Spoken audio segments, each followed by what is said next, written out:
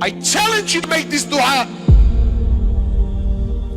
Wallah, if the Imam made this dua, you would throw a shoe at him from the back. And look, brother, what's this dua?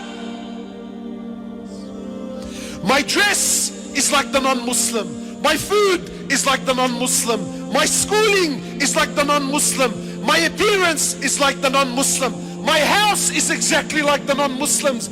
My dreams and my ambitions of owning a house and taking my family on a holiday at the end of the year and driving, every ounce of my body's ambition is exactly like the non-Muslim.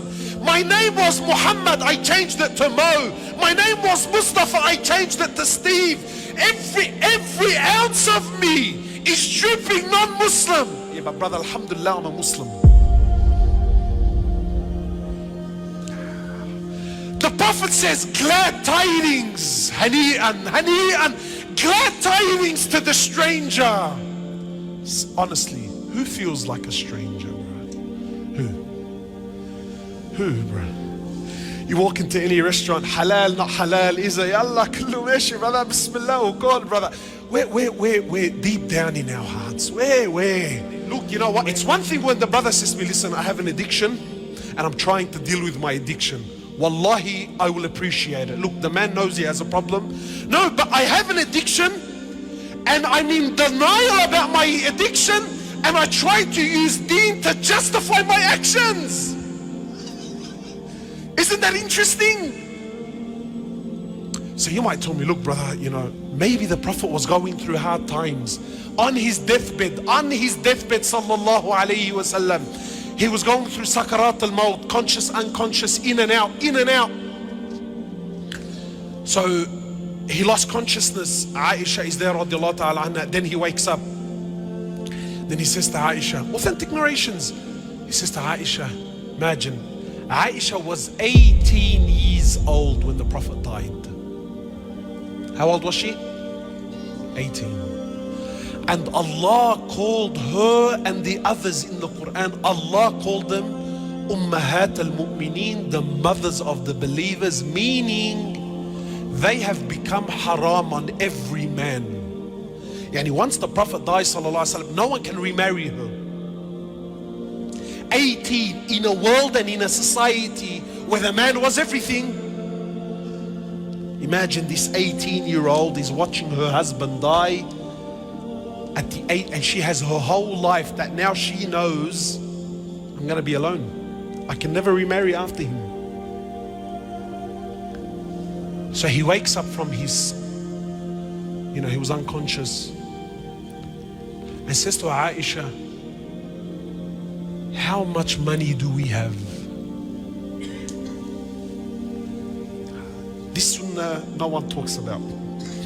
Sheikh, please man, put these stories behind. Let's speak about investments and stocks, and let's speak about buying houses, brother. Because in our hearts we believe that honor, that money will restore the honor of Islam. Ya Aish. Ya haram. So she says to my Prophet of Allah, all that we have is 7 gold coins. Imagine a man with 9 wives. Today brothers have paid off their houses, paid off. And he's working to pay off the 2nd and the 3rd because brother, I need to leave something for my children, brother. Exhausting his life. Not halal haram. I don't care about halal and haram. But tell me when the Prophet was dying and there were 7 gold coins between 9 wives, is he a man? Sister, you know the one, I wish I was married to him.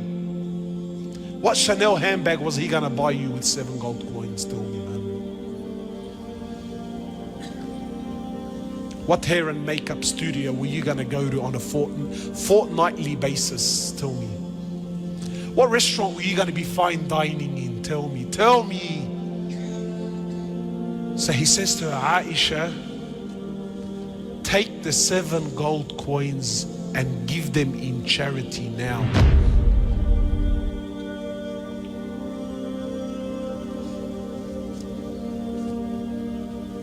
see the sicknesses, my brothers.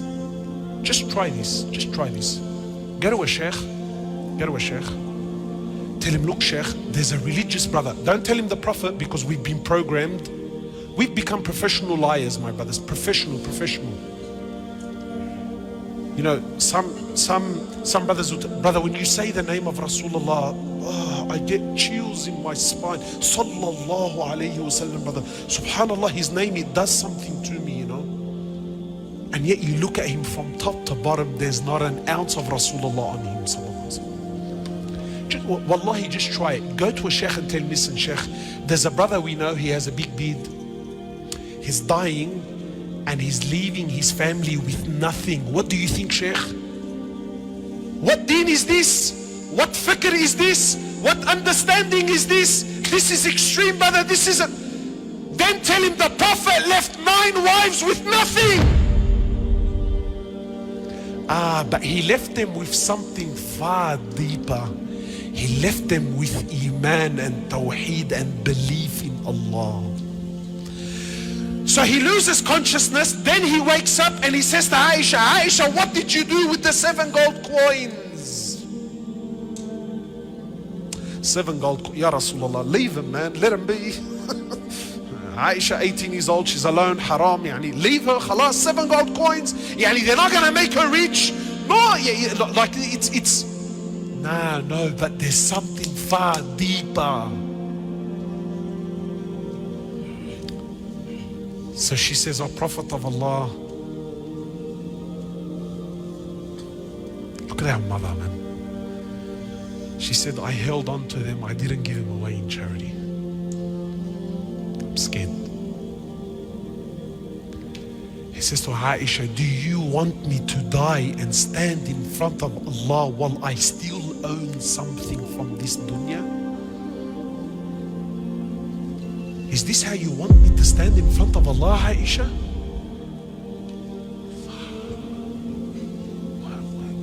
What's going on? My brothers, who's the Rijal?